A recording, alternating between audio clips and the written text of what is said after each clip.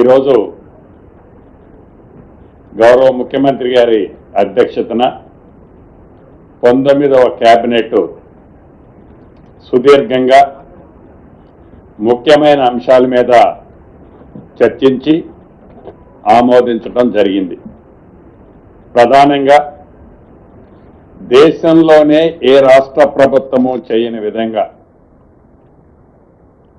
December 7, 2023వ తారీఖు తెలంగాణ రాష్ట్రంలో మార్పు కావాలని పేదోడి ప్రభుత్వాన్ని తెచ్చుకొని ప్రమాణ స్వీకారం చేసిన తర్వాత 18 కేబినెట్లు, ఈ రోజుతో కలిపితే ఇది 19వ కేబినెట్, 18 కేబినెట్లు నిర్వహించడం జరిగింది రాష్ట్ర ప్రభుత్వం. ఈ 18 కేబినెట్లలో 327 అంశాలు 327 అంశాలు ప్రధానమైన 23 శాఖల్లో కేబినెట్కి 18 కేబినెట్లో చర్చకు రావటం జరిగింది. ఈ 327 అంశాలలో 321 అంశాలని కేబినెట్ ఆమోదించడం జరిగింది. ఏదైతే ఈ 18 కేబినెట్లలో కేబినెట్ ఆమోదించిన ఈ 321 అంశాలు 23 డిపార్ట్మెంట్లలో ఏ రకమైనగా ఆ ఆమోదించబడ్డ రాటిఫై చేసిన అంశాలు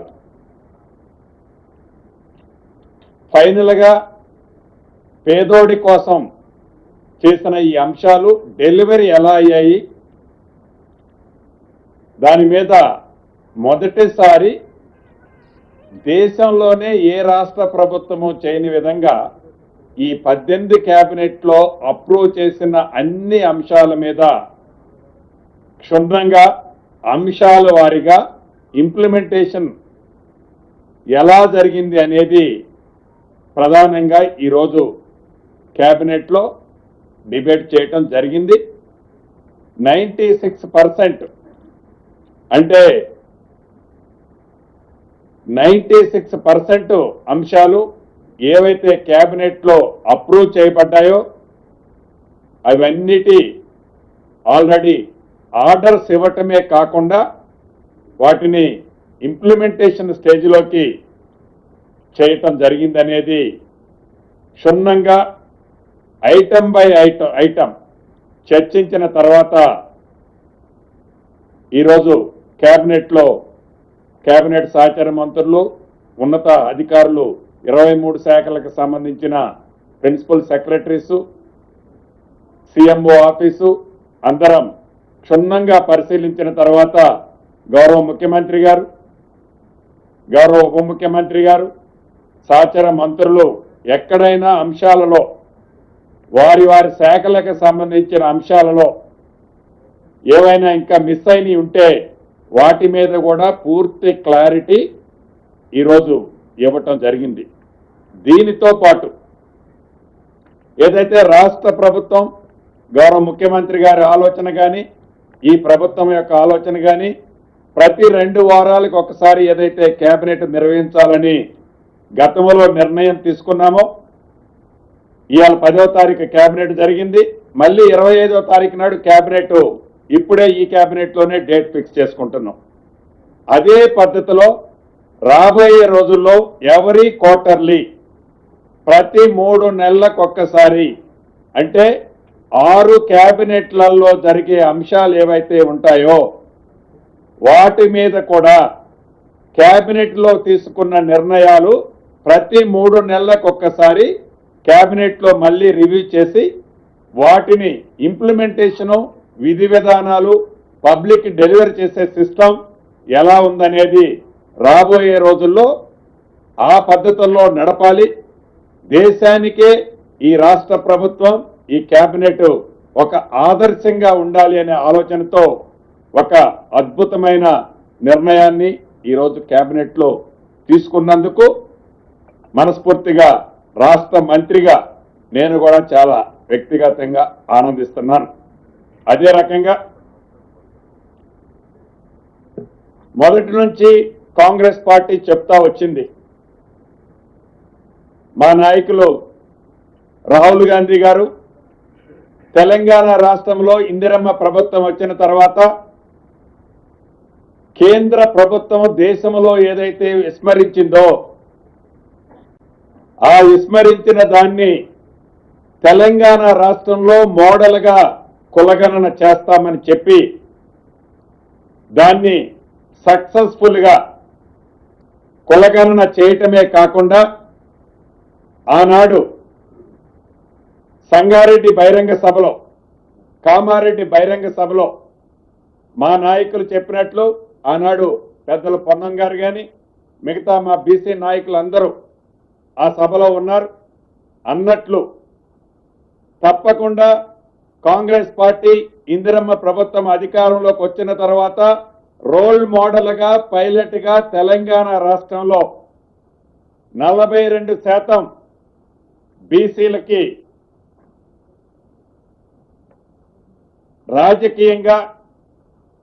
రాజకీయంగా వారికి రిజర్వేషన్ చేస్తామని ఇచ్చిన మాటలో భాగంగా ఏదైతే మొన్న సర్వే కులగణన జరిగిన తర్వాత దాని ఆధారంగా 42%తో అసెంబ్లీలో బిల్లు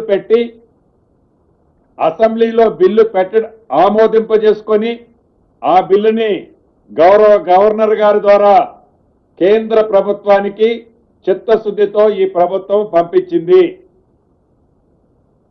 పంపించడమే కాకుండా అనేక పర్యాయాలు గౌరవ ముఖ్యమంత్రి గారు, మా బీసీ శాఖ మంత్రి వర్యులు, మిగతా సహచర మంత్రులు ఢిల్లీ పోయినప్పుడల్లా కూడా ఈ అంశం మీద అక్కడ సంబంధిత అధికారులతో, సంబంధిత మంత్రులతో అనేక పర్యాయాలు చర్చించారు.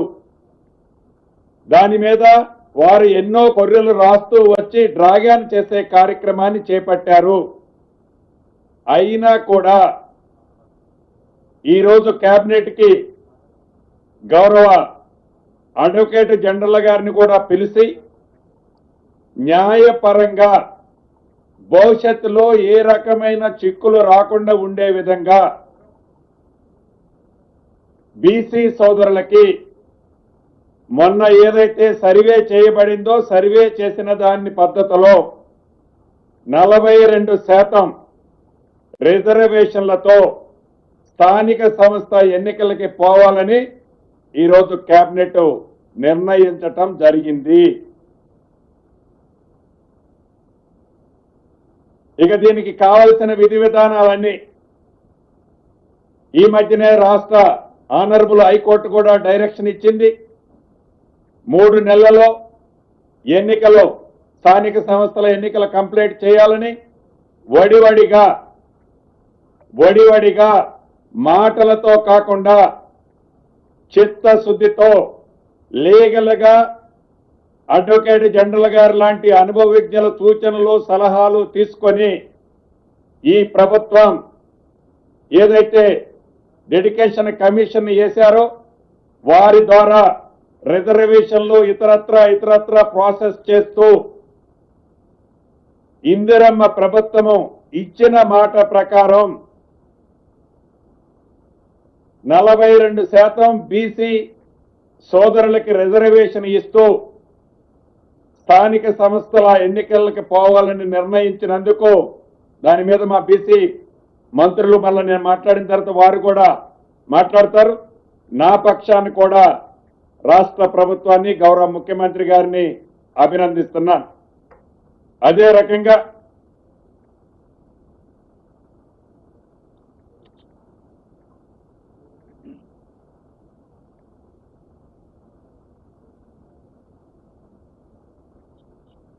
దీంతో పాటు ఈ 42% రిజర్వేషన్ ఇచ్చేటప్పుడు ఏదైతే గతంలో 2018లో ఏ చట్టం అయితే ఉన్నదో ఆ చట్టాన్ని సవరించే అంశం కూడా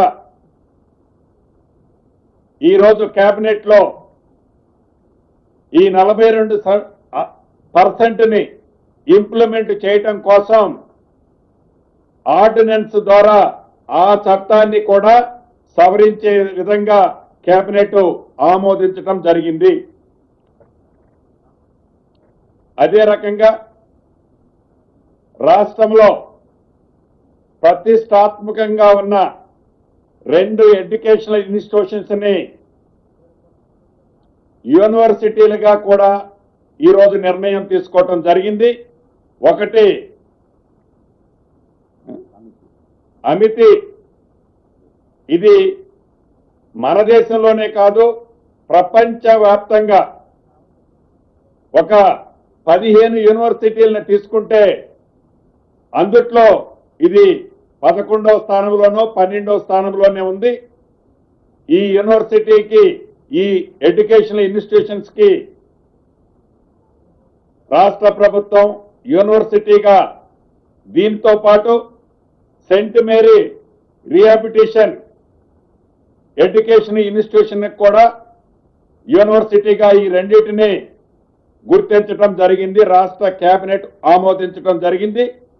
దీంట్లో ఏదైతే అమితి యూనివర్సిటీకి సంబంధించిన దాంట్లో చాలా స్పష్టంగా గౌరవ ముఖ్యమంత్రి గారు, గౌరవ ఉప ముఖ్యమంత్రి గారు, ముఖ్యమైన సిఎస్ గారు వీరందరి చొరవతో తెలంగాణ రాష్ట్రానికి 50% సీట్లు కేటాయించాలనే అంశాన్ని కూడా ఆ మేనేజ్మెంట్ తో ఒప్పించి ఈనాడు ఒక ప్రతిష్టాత్మకమైన యూనివర్సిటీగా తెలంగాణలో ఈ ఎడ్యుకేషన్ ఇన్స్టిట్యూషన్ ని ప్రకటించినందుకు తెలంగాణలో ఉన్న విద్యార్థుల పక్షాన రాష్ట్ర ముఖ్యమంత్రి గారికి అభినందనలు, కృతజ్ఞతలు మీ ద్వారా తెలియజేస్తున్నాం. అదే రకంగా ఏదైతే ఈ రీహాబిలిటేషన్ యూనివర్సిటీకి సంబంధించిన సెయింట్ మేరీ రీహాబిలిటేషన్ యూనివర్సిటీకి సంబంధించింది, దీంట్లో కూడా ఒక ప్రత్యేకత ఉంది. ఏదో అన్ని యూనివర్సిటీలాగా కాకుండా ఒక స్కిల్ డెవలప్మెంట్, ప్రతి వ్యక్తికి ఏదైతే ఒక నైపుణ్యం ఉంటుందో ఆ నైపుణ్యాన్ని డెవలప్ చేసే దాంట్లో అన్ని సెక్టార్లో ఈ యూనివర్సిటీ భవిష్యత్తులో రొటీన్ యూనివర్సిటీ లాగా కాకుండా ఈ యూనివర్సిటీ తప్పకుండా దేశంలోనే ఒక రోల్ మోడల్ రీహాబిలిటేషన్ యూనివర్సిటీగా మన తెలంగాణలో కాబోతున్నందుకు చాలా సంతోషంగా ఉంది. అదే రకంగా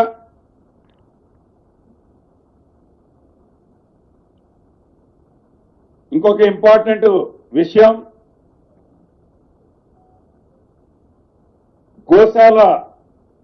గోశాలకు సంబంధించిన అంశం. ఈ గోశాల పాలసీ మనం రాష్ట్ర వ్యాప్తంగా సుమారు 306 గోశాలలు ఉన్నాయి. ఈ గోశాలలు అయితే ఉన్నాయి, కానీ దీన్ని నిర్వహించే దాంట్లో ఆ పశువులకు సంబంధించిన, తెల్ల పశువులకు సంబంధించిన అంశంలో కుప్పలు తెప్పలుగా గోశాలలో ఉండే ఏరియా చాలా లిమిటెడ్ ఏరియా ఉంది. పశువుల సంఖ్య చాలా ఎక్కువ ఉన్నాయి. దీనికి సంబంధించిన దాన్ని కూడా మా గౌరవ మంత్రివర్యులు దీని మీద గౌరవ ముఖ్యమంత్రి గారి సూచనలతో, ఆలోచనలకి ప్రభుత్వం అనుగుణంగా గౌరవ మంత్రివర్యులు కొత్తగా వచ్చిన దీని మీద క్షుణ్ణంగా స్టడీ చేసి ఈ పాలసీకి సంబంధించిన అంశాన్ని కూడా ఈరోజు కేబినెట్ లో ఒక డిస్కషన్ చేయటం జరిగింది. దీన్ని ఇంకా కొన్ని మోడిఫికేషన్స్ తో చేయాలి అనేది కేబినెట్ సహచర మంత్రులు, గౌరవ ముఖ్యమంత్రి గారు సూచించారు.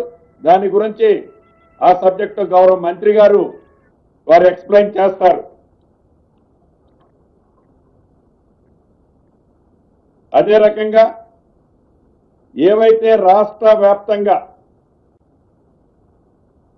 అసంపూర్తిగా కేవలం ఆనాటి ప్రభుత్వం వారి వ్యక్తిగత లబ్ధి కోసం, వారి స్వార్థం కోసం ఏవైతే ఇరిగేషన్ ప్రాజెక్టులు అంతకు ముందు నుంచి పెండింగ్ లో ఉన్న ప్రాజెక్టులు వారికి బెనిఫిట్ అయిన వాటిని టేక్ అవుట్ చేసి 2%, 3%, 4% వర్కులు పెండింగ్ ఉంచిన కారణంగా 98% ఎక్స్పెండిచర్ అయినా సింగిల్ ఎకరానికి ఒక్క ఎకరానికి కూడా నీళ్లు ఇచ్చే పరిస్థితి ఈనాడు ప్రధానమైన ప్రాజెక్టులను చెప్పుకుంటున్న ప్రాజెక్టులలో వ్యవసాయానికి ఆ నీటిని ఉపయోగించుకునే పరిస్థితి లేదన్నది రాష్ట్ర ప్రభుత్వం క్షుణ్ణంగా పరిశీలించిన తర్వాత అర్థమైంది. దానికి సంబంధించిన దాంట్లో ఏవైతే అసంపూర్తిగా మిగిలి ఉన్న ప్రాజెక్టులలో బ్యాలెన్స్ ల్యాండ్ ఎక్విజిషన్ ఏదైతే ఉందో ఈ రాబోయే కొద్ది రోజుల్లోనే వీలైనంత తొందరలో ఆ ల్యాండ్ ఎక్విజిషన్ ని కంప్లీట్ చేసి ఆ బ్యాలెన్స్ వర్కుల్ని పూర్తి చేయాలని కూడా గౌరవ ముఖ్యమంత్రి గారు, అదే రకంగా నీటిపారుదల శాఖ మంత్రి వర్యులు ఉత్తమ్ కుమార్ రెడ్డి గారు కూడా ఈరోజు కేబినెట్ లో డీటెయిల్ గా ఎక్స్ప్లెయిన్ చేశారు మంత్రి గారు. దాన్ని కూడా గౌరవ ముఖ్యమంత్రి గారి సూచనలతో రాబోయే రోజుల్లో ఆ బ్యాలెన్స్ ల్యాండ్ ఎక్విజిషన్ ని పూర్తి చేసి ఆ నామినల్ గా బ్యాలెన్స్ ఉన్న వర్క్ ని కంప్లీట్ చేసి తెలంగాణ రాష్ట్ర రైతన్నలకు వారి పంటలు సస్యశ్యామలంగా నీళ్ళిచ్చే విధంగా ఆ నిర్ణయాన్ని కూడా ఈరోజు కేబినెట్ లో నిర్ణయం తీసుకోవడం జరిగింది. ఇప్పుడు గౌరవ పొన్నం ప్రభాకర్ గారు మాట్లాడతారు. తెలంగాణ ప్రదేశ్ కాంగ్రెస్ పక్షాన కామారెడ్డి బీసీ డిక్లరేషన్ లో తీసుకున్న నిర్ణయం ప్రకారంగా ప్రభుత్వం ఏర్పడ్డ తర్వాత ఫిబ్రవరి 4, 2024 నాడు కులగణన చేయాలని శాసనసభలో తీర్మానం చేసుకొని తీర్మానం నుంచి నిర్ణయం నుంచి నివేదిక వరకు మళ్ళీ 2025 ఫిబ్రవరి 4 నాటి వరకు చట్ట రూపంలో చట్టము 3, చట్టము 4 ద్వారా తెలంగాణ విద్యా ఉపాధి అవకాశాలతో పాటుగా స్థానిక సంస్థల్లో 42% ఇవ్వాలనే ఆలోచన ప్రకారంగా రాహుల్ గాంధీ గారి ఆలోచన మేరకు గౌరవ ముఖ్యమంత్రి గారు కేబినెట్ అంతా కూడా కలిసి నిర్ణయం తీసుకుంది. ఆ నిర్ణయాన్ని గవర్నర్ గారు ఆమోదించి గౌరవ రాష్ట్రపతి గారికి పంపినటువంటి అంశం మీ అందరికీ తెలుసు.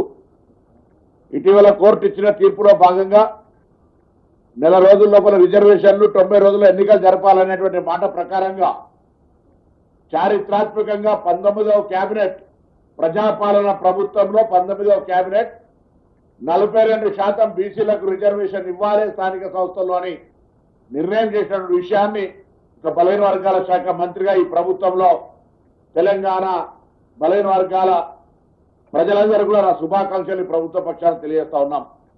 ఈ సందర్భంగా బిల్లులకు ఏ విధంగానైతే శాసనసభలో చట్టాల రూపం జరిగినాయో ఈ ఎన్నికలు కూడా సక్రమంగా జరగడానికి రాజకీయాలకు అతీతంగా మాటలకే పరిమితం కాకుండా రాజకీయ పార్టీలన్నీ కూడా బీసీలకు 42% పట్ల చిత్తశుద్ధితో వ్యవహారం చేయాలని సందర్భంగా కోరుతా ఉన్నాం. ఎందుకంటే ఇది చాలా కాలంగా ఉన్నటువంటి ఆకాంక్ష.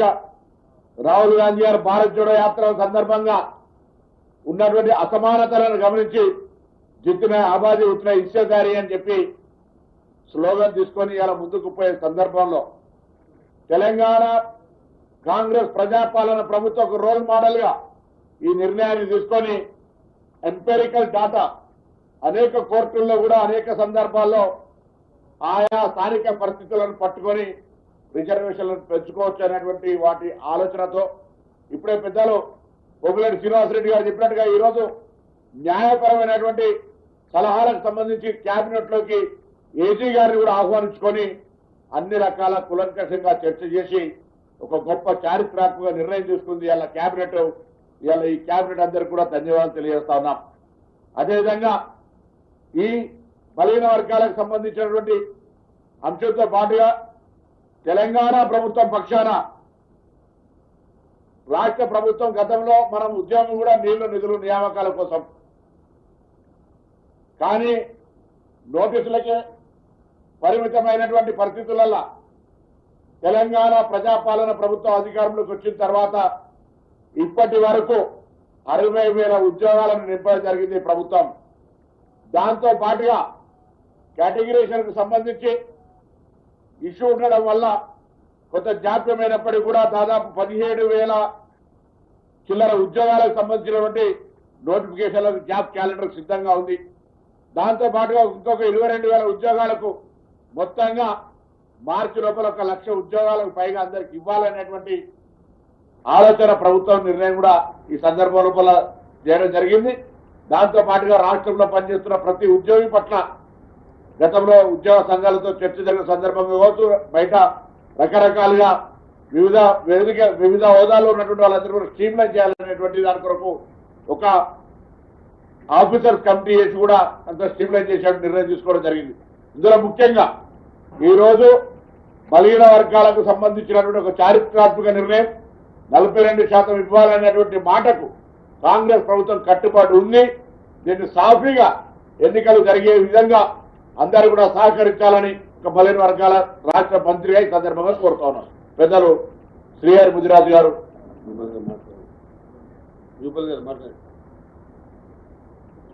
Jubilee sir.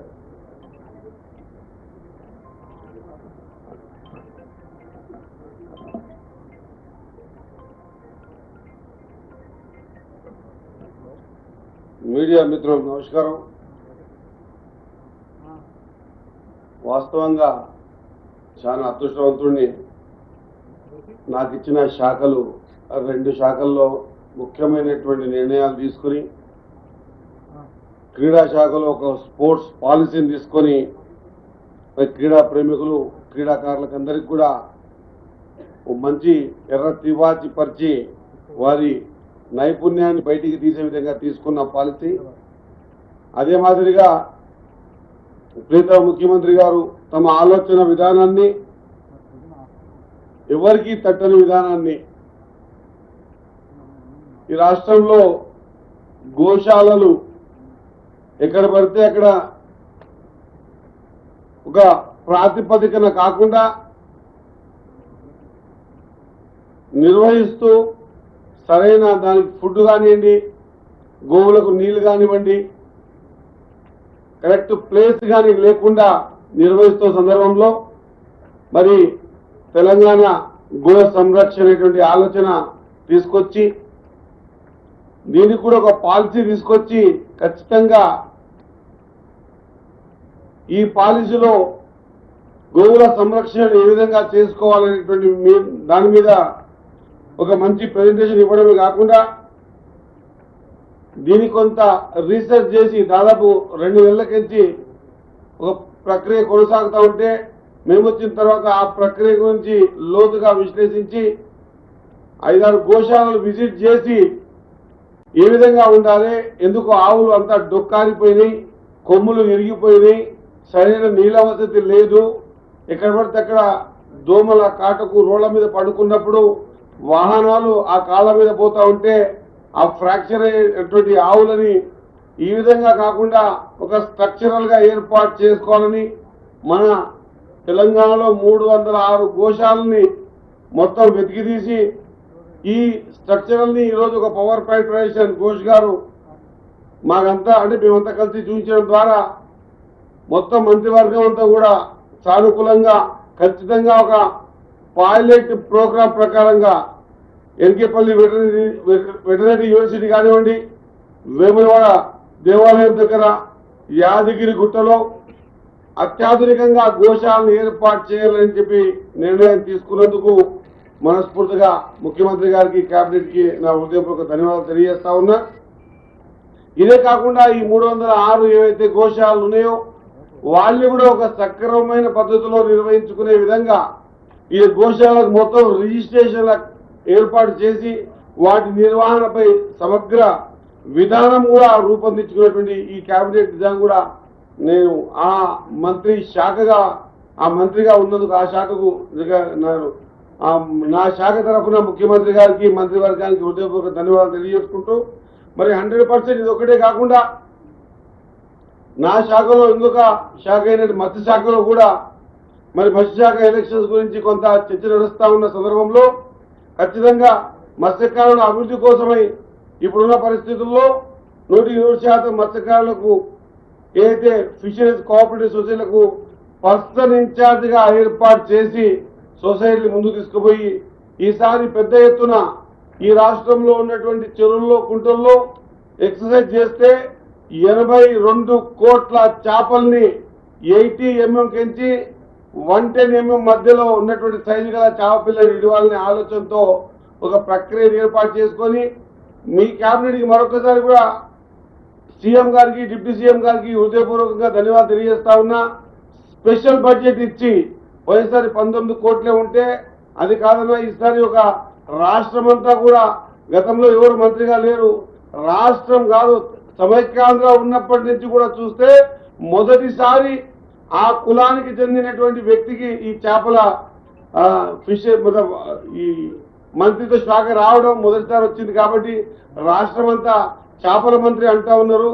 మరి చేపల కులానికి చెందిన నేను ఉండి కూడా చేపలు విడవకపోతే కొంత తప్పవుతుందన్న మాట చెప్పగానే వెంటనే నిర్ణయం తీసుకొని 122 కోట్ల బడ్జెట్ ని అలకేట్ చేసి ఈసారి పెద్ద ఎత్తున 82 కోట్ల చేప పిల్లల్ని ఖచ్చితంగా అంటే ఇది ఒక సిస్టమేటిక్ గా గత 10 సంవత్సరాలుగా ఈ సిస్టమ్ అంతా కొలాప్స్ చేసినటువంటి ఆనాటి పార్టీ ఇవి అట కాకుండా ఆనాటి ప్రభుత్వం కొలాప్స్ చేసినది కాకుండా ఈసారి విత్ విజిలెన్స్ తో సహా కౌంటింగ్ కంపల్సరీ ఉంటుంది, సైజ్ కంపల్సరీ ఉంటుంది.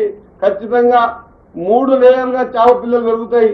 ఒక చేప మీద మాత్రమే ఆహారాన్ని భుజిస్తుంది, ఇంకొక చేప మధ్యస్థంగానే మాత్రమే ఆహారం పెరుగుతుంది, ఇంకొక చేప కింద బురదలో పెరుగుతుంది. ఈ విధంగా కాంబినేషన్ తో 3 చేపలకు సంబంధించినటువంటి ఆ పర్సెంటేజ్ ప్రకారంగా ప్రతి చెరువులో కూడా చేప పిల్లల్ని పిలిచే విధంగా దీంట్లో అందరినీ కూడా జవాబుదారంతో ముందుకొచ్చి వాళ్ళ సమక్షంలో నిర్వహించుకునే విధంగా ఏర్పాటు చేసుకోవాలని నిర్ణయం కూడా కేబినెట్ తీసుకున్నందుకు నేను కేబినెట్ కి ప్రీతం ముఖ్యమంత్రి గారికి అదే మాదిరిగా డిప్యూటీ సీఎం మరి ఆర్థిక శాఖ మంత్రి గారికి నా హృదయపూర్వక ధన్యవాదాలు తెలియజేసుకుంటా ఉన్నా. మరి నాకు ఇచ్చిన 3 శాఖల్లో 3 శాఖలకు సంబంధించి స్పోర్ట్స్ పాలసీ రావడం, అదే మాదిరిగా యానిమల్ హస్బెండరీ లో గోశాల రావడం, అదే మాదిరిగా ఫిషరీస్ లో ఈ విధంగా ఈ రోజు స్పెషల్ బడ్జెట్ తీసుకుని ఈ కార్యక్రమం తీసుకున్నందుకు మనస్ఫూర్తిగా ధన్యవాదాలు తెలియజేస్తా ఉన్నా. Thank you.